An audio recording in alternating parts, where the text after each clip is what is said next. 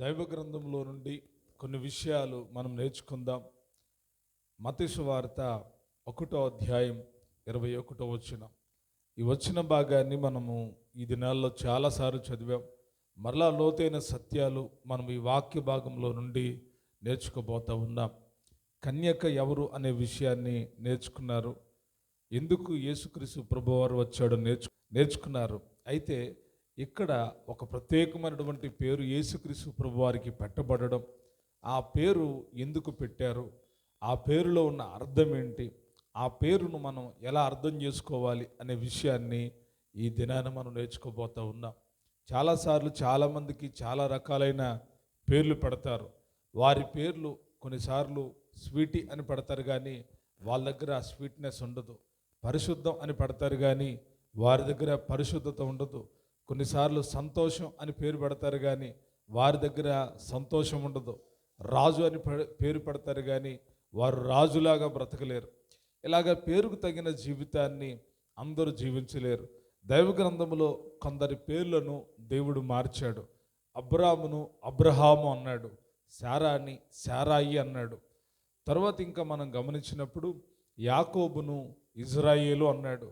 ఈ రీతిగా దేవుడు కొన్ని సందర్భాల్లో తన ప్రజల యొక్క పేర్లను మార్పు చేసి వారి జీవితాల్లో ఒక నూతనమైన కార్యం జరిగించినట్లుగా మనం దైవ గ్రంథంలో చదువుతాం.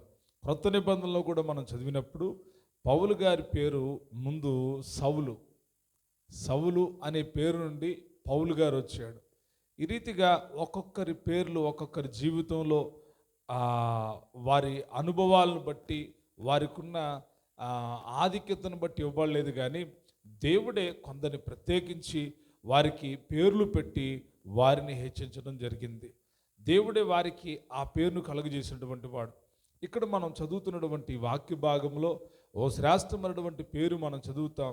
ఈ పేరులో ఉన్న అర్థం, ఈ పేరులో ఉన్న విశేషత, ఈ పేరులో ఉన్నటువంటి కార్యాలు గనుక మనము గుర్తెరిగితే మనకి ఏంటి లాభం, మన ఆధ్యాత్మిక జీవితాలకు ఎలాగా ఆ పేరు పడతాయి.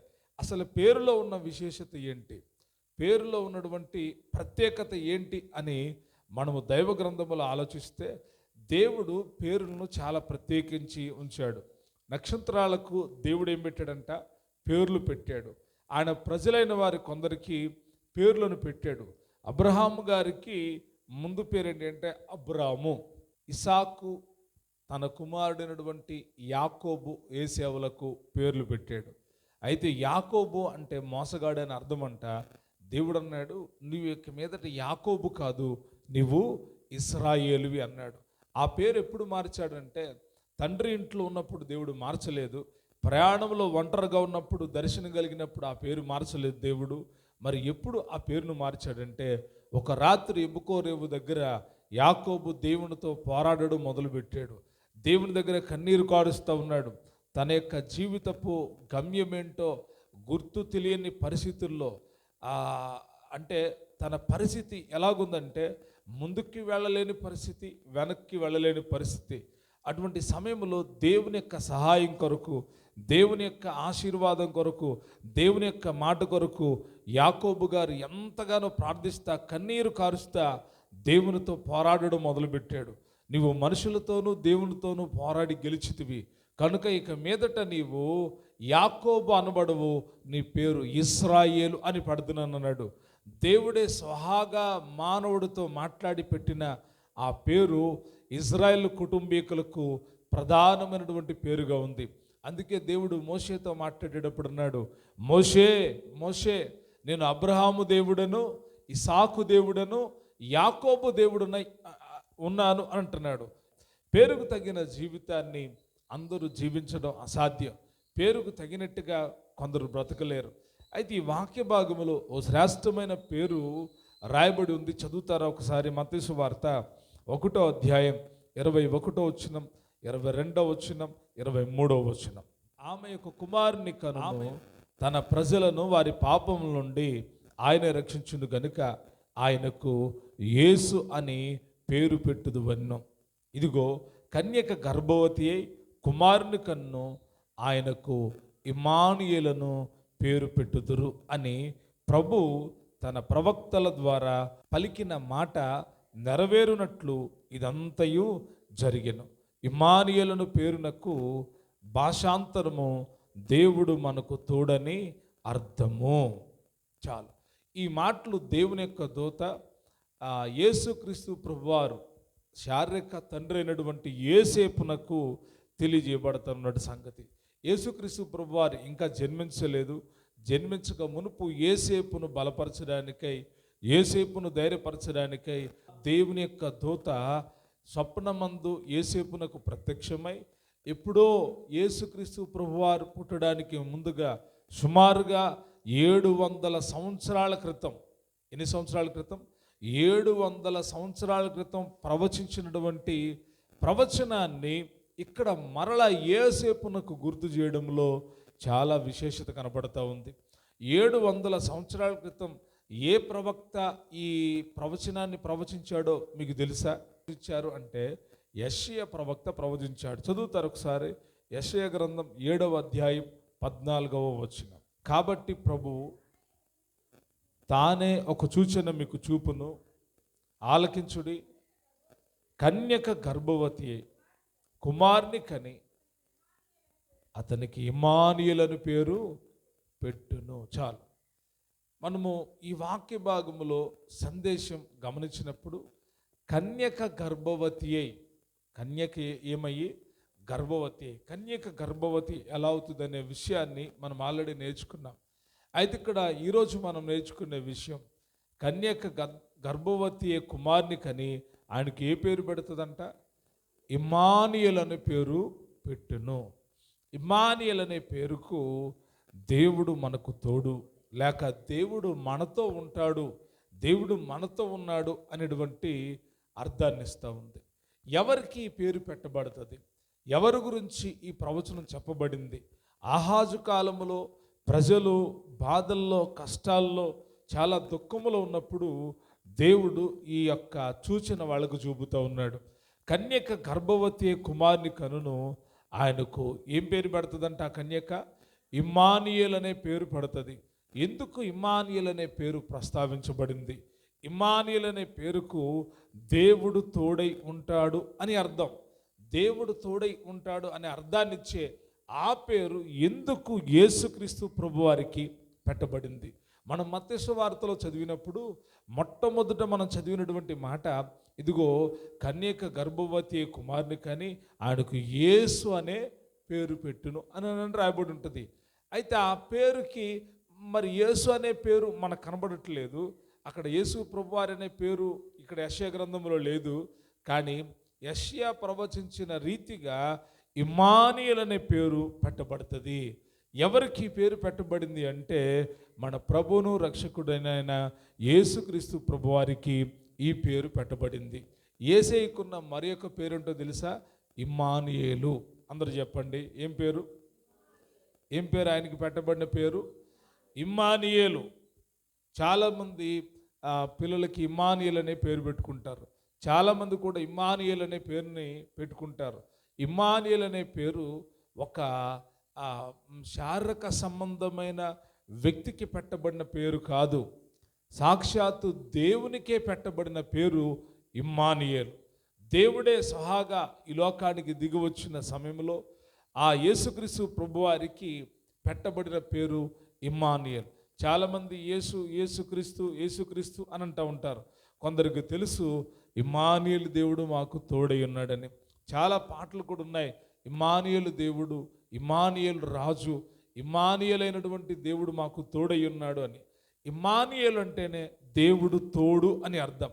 అయితే ఈ యొక్క పేరులో ఉన్నటువంటి ప్రాముఖ్యతను ఈ ఉదయకాలాన మనం తెలుసుకోబోతూ ఉన్నాం. దేవుని యొక్క పేర్లు చాలా విశేషమైనటువంటి పేర్లు ఉన్నాయి. ఆయన పేర్లలో ఉన్న అర్థాలను గమనిస్తూ ఉంటే ఆయన యొక్క స్వభావం మనకు అర్థమవుతూ ఉంది.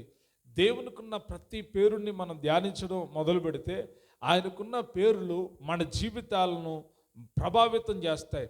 ఆ పేర్లు చదువుతున్నప్పుడు మన హృదయ అంతరంగాల్లో ఆ పేరు మనలో ఒక నిశ్చయతని, ఒక దృఢత్వాన్ని, ఒక స్థిరత్వాన్ని, సంతోషాన్ని, ఆనందాన్ని, గొప్ప ధైర్యాన్ని కలిగిస్తాయి. ఏంటంటే పేరులోనే ఇంత శక్తి ఉందా అంటే, చాలామంది నేటి కాలంలో కొంతమంది తమ పేర్లను మార్చుకుంటూ ఉన్నారు. ఏం చేస్తూ ఉన్నారు? పేర్లు మార్చుకుంటూ ఉన్నారు. లోకంలో ఉన్న వాళ్ళు మార్చుకుంటున్నారు. బ్రదర్, ఎందుకు మీ పేరు మార్చుకున్నారంటే, ఆ పేరు కలిసి రావట్లేదండి. ఏం రావట్లేదు? కలిసి రావట్లేదు. ఇలా కొంతమంది కొన్ని రకాల పేర్లు మార్చుకుంటున్నారు.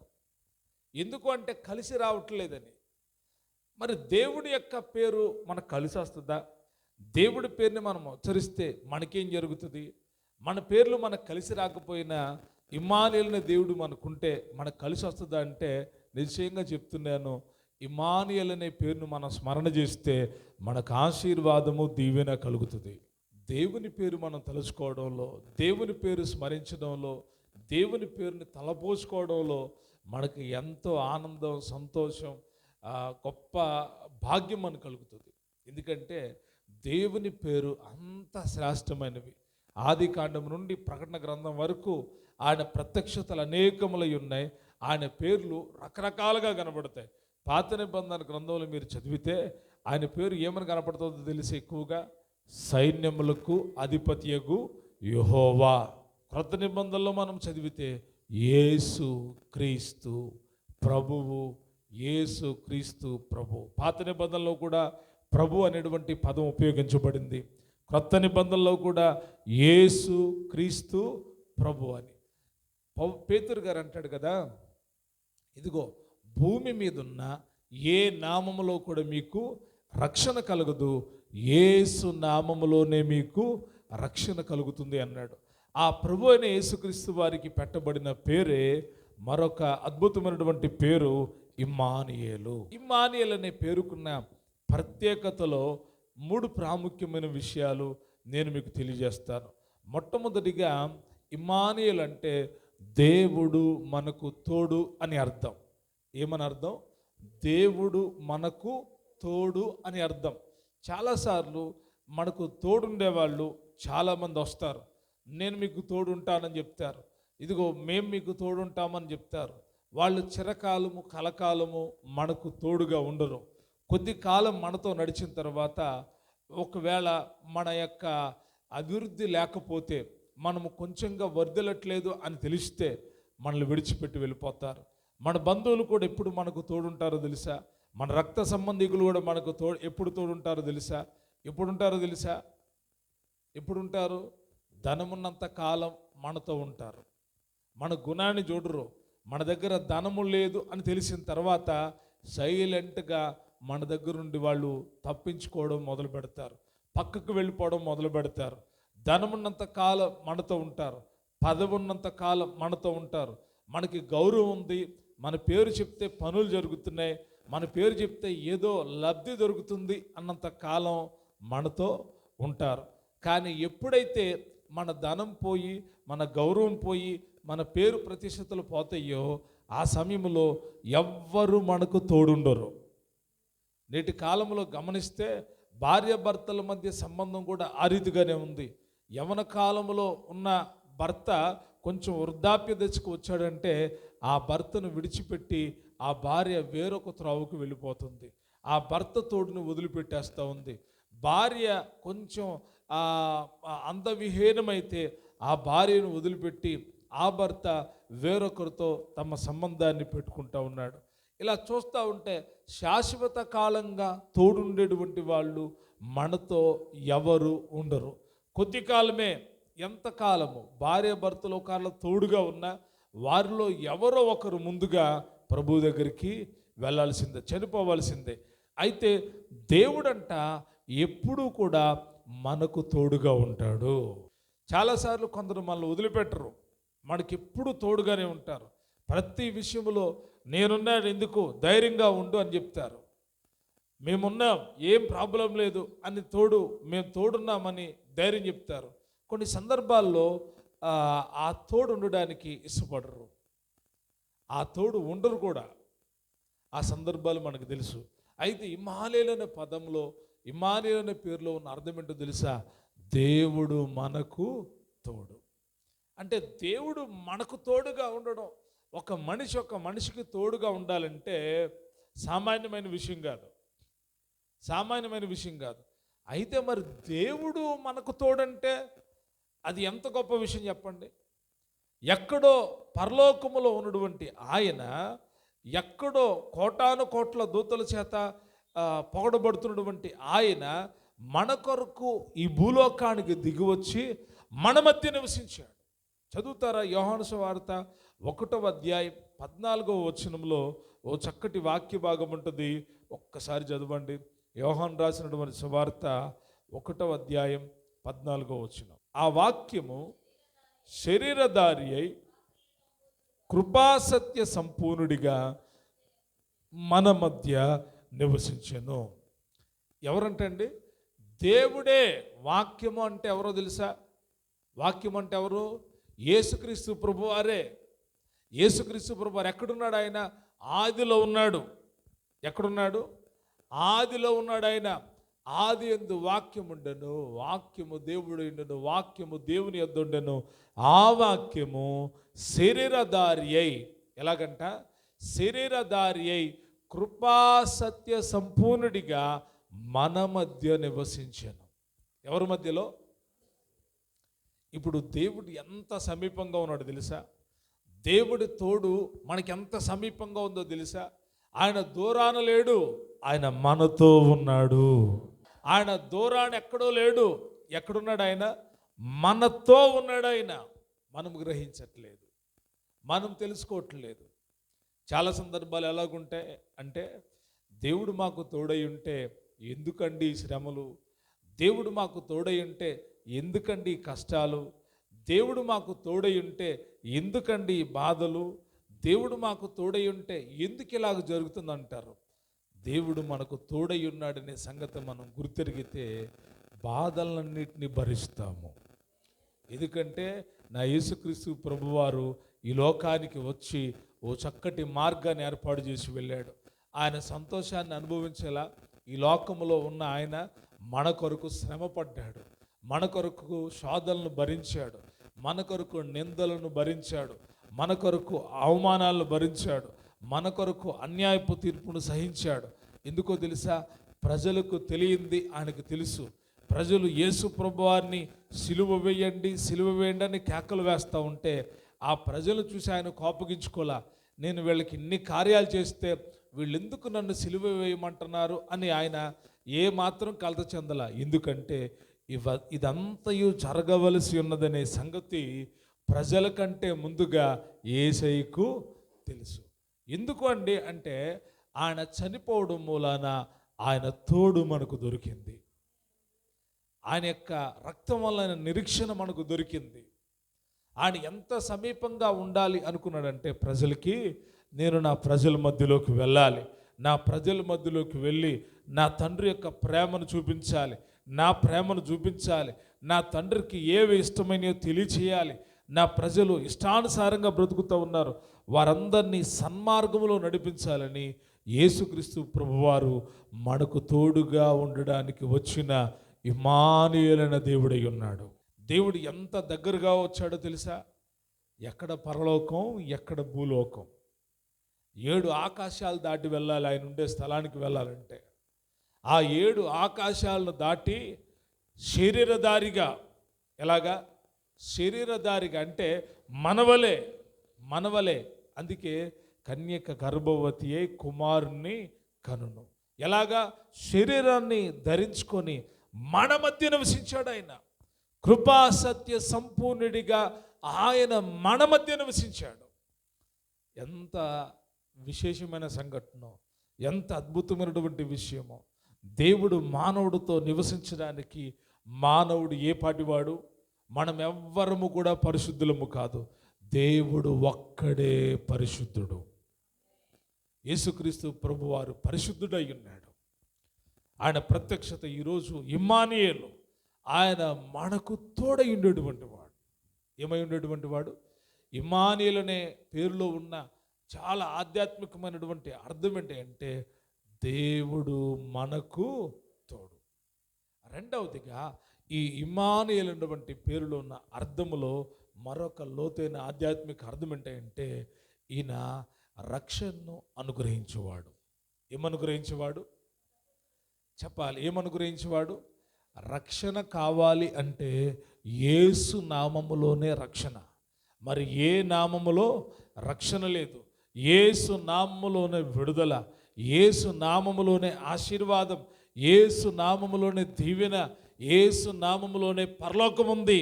యేసు ప్రభువారి యొక్క నామములో గొప్ప రక్షణ ఉంది. ఇమ్మానుయేల్ అంటే రక్షించేవాడైన.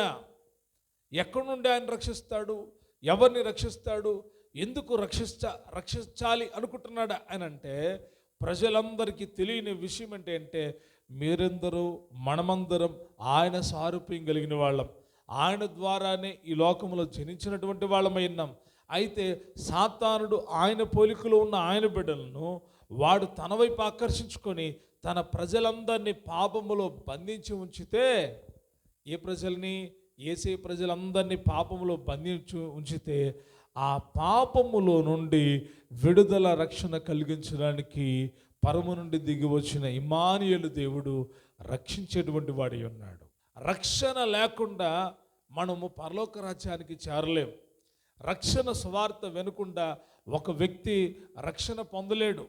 ఇమ్మానుయేలు దేవుడు మనకేం కలుగు చేస్తాడో తెలుసా? రక్షణ కలుగు చేస్తాడు. అందుకే మత్తయి సువార్త 1వ అధ్యాయం 21వ వచనంలో దేవదూత చెప్తుంది కదా, ఇదిగో ఆయనే తన ప్రజలను వారి పాపముల నుండి ఆయనే రక్షించును. ఎవరు రక్షించేది? ఇమ్మానుయేలు దేవుడు రక్షించేటువంటి వాడు ఉన్నాడు. ఆయనే రక్షించేటువంటి వాడు. రక్షణ యేసుక్రీస్తు ప్రభువారిలోనే ఉంది. మరి ఏ నామములో కూడా ఏం లేదు, రక్షణ లేదు. ఎవరైనా రక్షించబడాలి అంటే యేసు నామంలో ప్రార్థన చేస్తే, యేసు నామాన్ని ఒప్పుకుంటే, యేసుక్రీస్తు ప్రభువారు నిజమైన దేవుడని, ఆయన మృతుల్లో నుండి తిరిగి లేచాడని ఎవరైతే నమ్ముతారో, హృదయంలో విశ్వసిస్తారో వారికి రక్షణ దొరుకుతుంది. రక్షణనిచ్చేవాడే ఇమ్మానుయేలు దేవుడు, రక్షణ అనుగ్రహించేవాడు. ఇది రెండవ విషయం. మూడోదిగా మనం గమనించినప్పుడు ఆయన నిరంతరము తోడై ఉండేటువంటి దేవుడు. ఇమ్మానుయేలు అంటే ఎప్పుడు తోడై ఉండేటువంటి దేవుడు? నిరంతరము తోడై ఉండేటువంటి దేవుడు. శిష్యులతో ఆయన ఆరోహణుడై వెళ్ళక మునుపు ఒక శ్రేష్టమైన వాగ్దానాన్ని చెప్పాడు. చదువుతారా? అక్కడ కూడా ఆయన ఇమ్మానుయేలుగా కనబడుతున్నాడు. మత్తయి సువార్త 28వ అధ్యాయం 20వ వచనం, నేను మీకు ఏ ఏ సంగతులను ఆజ్ఞాపించుతునో వాటినన్నిటినీ గైకొనవలెనని వారికి బోధించుడి. ఇదిగో నేను యుగ సమాప్తి వరకు సదాకాలము మీతో కూడా ఉన్నానని వారితో చెప్పాను. శ్రేష్టమైన వాగ్దానం అండి. దేవుడు యేసుక్రీస్తు ప్రభువారు ఏమని చెప్తున్నాడు తెలుసా? యుగ సమాప్తి వరకు, ఏ కాలం అంట? సదాకాలము మీతో కూడా, అనగా మీకు తోడై ఉన్నవాడే ఇమ్మానుయేలు దేవుడు. ఏంటండి ఇమ్మానుయేలు పేరులో ఉన్న ఆధ్యాత్మికమైనటువంటి స్థితి అంటే, ఇమ్మానుయేలు అనే పేరును తలుచుకుంటున్నప్పుడల్లా గుర్తుండాలి, దేవుడు నాతో కూడా ఉంటాడు. ఆయన ఎప్పటి వరకు ఉంటాడంటే సదాకాలము నాకు తోడై ఉంటాడు. నా భర్త నాతో సదాకాలం ఉండడు, నా భార్య నాతో సదాకాలం ఉండదు, నా బిడ్డలు నాతో సదాకాలం ఉండరు, నా తల్లిదండ్రులు నాతో సదాకాలం ఉండరు. కానీ సదాకాలము నాకు తోడైండే దేవుడే ఇమ్మానుయేలు దేవుడు. ఆయన నిరంతరము తోడైండేటువంటి దేవుడు. ఈ శ్రేష్టమైన వాగ్దానాన్ని దేవుడు చాలాసార్లు తన భక్తుల ఎదుట ప్రదర్శించాడు, తెలియజేశాడు వారికి. వారి బాధల్లో, వారి ఇబ్బందుల్లో, వారి కష్టాల్లో, వారి శోధనలో ఆయన అన్నాడు, నేను నీకు తోడై ఉన్నాను. యెషయా భక్తుడితో ఒక మాట చెప్తాడు, చదువుతారా? ఇమ్మానుయేలు అనే పదములో ఉన్న లోతైన విషయాన్ని మనం ధ్యానిస్తూ ఉన్నాం. 41వ అధ్యాయం 10వ వచనం. యెషయా గ్రంథం 41వ అధ్యాయం 10వ వచనం. నేను నీతో చెప్పి ఉన్నాను, నీకు తోడై ఉన్నాను, భయపడకుము, నేను నీ దేవుడనై ఉన్నాను. భయపడమాకు, నేను నీకు తోడై ఉన్నాను, నేను నీకు తోడై ఉన్నాను. అంటే ఇక్కడ ఎవరు కనిపిస్తున్నారు? ఇమ్మానుయేలు దేవుడు కనపడుతున్నాడు. ఆయన అన్నాడు, భయపడొద్దు. ఎప్పుడు మనకు భయం వచ్చిందో తెలుసా? మన తోడు ఎవరు లేనప్పుడే భయం కలుగుతుంది. దావీదు గొలియాతు మీదకి వెళ్తున్నాడు. ఎక్కడికి వెళ్తున్నాడు? అక్కడ దావీదు కంటే ధైర్యవంతులు ఎవరు లేరా? యుద్ధశూరులు ఉన్నారు, వాళ్ళు ధైర్యవంతులు, వాళ్ళు ఆయుధాలను ఉపయోగించేవాళ్ళు. వారికి లేని ధైర్యం దావీదుకి ఎలాగొచ్చింది అంటే, దావీదు అంటాడు, ఇదిగో గాఢాంధకారపు లోయల్లో నేను సంచరించినను, దేనికి భయపడను, నీవు నాకు తోడై ఉన్నావు. నీవు నాకేమై ఉన్నావు? తోడై ఉన్నావు. నేను భయపడనయ్యా, నువ్వు నాకు తోడై ఉన్నావు. దేవుడు తోడై ఉన్నాడు కనుకే దావీదు సింహపు నోటిని చీల్చివేశాడు. దేవుడు తోడై ఉన్నాడు గనుకే ఎలుక పంటను చంపివేశాడు. దావీదుకి దేవుడు తోడై ఉన్నాడు గనుకే ఎవరి మీదకి వెళ్తున్నాడు తెలుసా? గొలియాతు మీదకి వెళ్తున్నాడు. ఎవరి మీదకి వెళ్తున్నాడు? దావీదు ఒక్కడే బయలుదేరాడు. ఒడిశాల్లో 5 రాళ్ళు ఏరుకున్నాడు, నున్నుండ రాళ్ళు. ఆ సంచులు వేసుకున్నాడు, ఒక రాయి ఒడిశాల్లో పెట్టాడు, తిప్పుకుంటా వెళ్తున్నాడు. ఏం చేస్తా వెళ్తున్నాడు? తిప్పుకుంటా ఒక్కడే వెళ్తున్నాడు. ఎందుకో తెలుసా? దావీదుకు తోడై ఉన్న దేవుడు ఇమ్మానుయేలు దేవుడు. చిన్నవాడైనటువంటి దావీదు ఒడిశాల్లో రాయి పట్టుకొని వెళతా చెప్తున్నాడు, ఈ యుద్ధము నాది కాదు, ఈ యుద్ధము యెహోవాదే అన్నాడు. యుద్ధము యెహోవాదే అని చెప్పి గిరగిర రాయి తిప్పి విసిరి కొడితే ఫిలిష్తీయుడి యొక్క నుదురికి తగిలింది. వాడు వెంటనే దావీదుకు సాగిలపడ్డాడు. నేనేమంటానో తెలుసా? దేవుడు మనకు తోడై ఉంటే అద్భుతాలే జరుగుతాయి. దానియేలు గ్రహించాడు, ఇదిగో దేవుడు నాకు తోడై ఉన్నాడు, దేవుడు నాకు తోడై ఉన్నాడు. షడ్రకు, మెషకు, అబేద్నెగోలు ఉన్నారు. వారు ఎక్కడికి వెళ్ళారు? అగ్నిగుండానికి వెళ్ళడానికి సిద్ధమయ్యారు. రాజు అన్నాడు, రేయ్ ఇప్పటికైనా సాగిలపడండిరా, ఇప్పటికైనా మొక్కండిరా అంటే వాళ్ళంటారు, ఇదిగో నువ్వు మమ్మల్ని చంపినా కానీ మేము సచ్చినా వాటికి ఏం చెయ్యం, సాగిల పాడం, మ్రొక్కం, మేము సాగిలపడం. ఈ దేశ చట్టం రా, ఏ చట్టాలైనా ఉంది కదా, చట్టం మీరితే ఏం చేయమనుంది? చంపమనుంది. చావడానికి సిద్ధపడ్డారు కానీ వాళ్ళు దేవుడికి విరోధమైన కార్యం చేయడానికి ఇష్టపడలా. చావడానికైనా ఇష్టపడ్డారు. చస్తే దేవుడి కొరకు చచ్చిపోతాం కానీ దేవుడికి విరోధమైన కార్యం చేయం. ఏంటంటే వీళ్ళ ధైర్యం అంటే, దేవుడు మాతో ఉన్నాడు, ఇమ్మానుయేలు దేవుడు మాతో ఉన్నాడా? నేడు కూడా గమనిస్తే అగ్ని వంటి శ్రమలు మనల్ని చుట్టుముట్టిన, సింహాల బోన్లే మనకు వచ్చిన, ఎర్ర సముద్రమే ఎదురొచ్చిన, మనకు తోడై ఉన్న దేవుడు ఇమ్మానుయేలు దేవుడు. మనం ఎందుకు భయపడాలి? మనం ఎందుకు దిగులు పడాలి? మనమెందుకు కృంగిపోవాలి? మనకు ఆయన తోడై ఉన్నాడు. ఆయన తోడై ఉంటే మనము భయపడము. చాలాసార్లు చాలామంది కొన్ని విషయాల్లో భయపడిపోతారు. పిరికితనం వచ్చేస్తుంది. వాడేదో చేశాడండి, మాకేదో అయిపోతుంది, వాడేదో మంత్రి చిన్న నిమ్మకాయలు మా ఇంటి అదరేశాడు, ఏదో అయిపోతుంది, లేకపోతే వాళ్ళు మా మీద పగబట్టారు, ఏదో అయిపోతుంది, వాడు నన్ను చంపుతానన్నాడు, ఏదో అయిపోతుంది. కొంతమంది భయపడతారు కదా, రకరకాలుగా భయపడతారు. నేను చెప్తున్నా, దేవుడు మనకు తోడై ఉంటే మనం ఎప్పటికీ భయపడము. భయాన్ని తొలగించడానికి యేసుక్రీస్తు ప్రభువారు ఈ లోకానికి వచ్చాడు. ప్రార్థన. పరిశుద్ధమైన తండ్రి, ప్రేమ కలిగిన ప్రభువా, కృప కలిగిన దేవా, మీకు స్తోత్రాలు. ఇప్పుడు వాక్యం విన్నారయ్యా.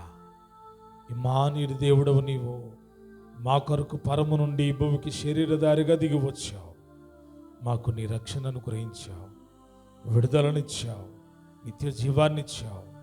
నీకు స్తోత్రాలు నాయనా. నీ శ్రేష్టమైన వాగ్దానాన్ని బట్టి వందనాలు. నిరంతరము సదాకాలము తోడై ఉంటానని వాగ్దానం చేసిన దేవుడవు.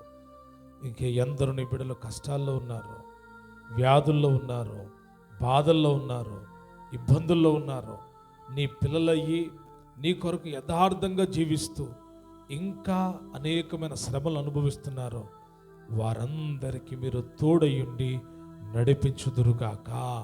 యేసు నామములో అడుగుచూ ఉన్నాను తండ్రి, ఆమేన్.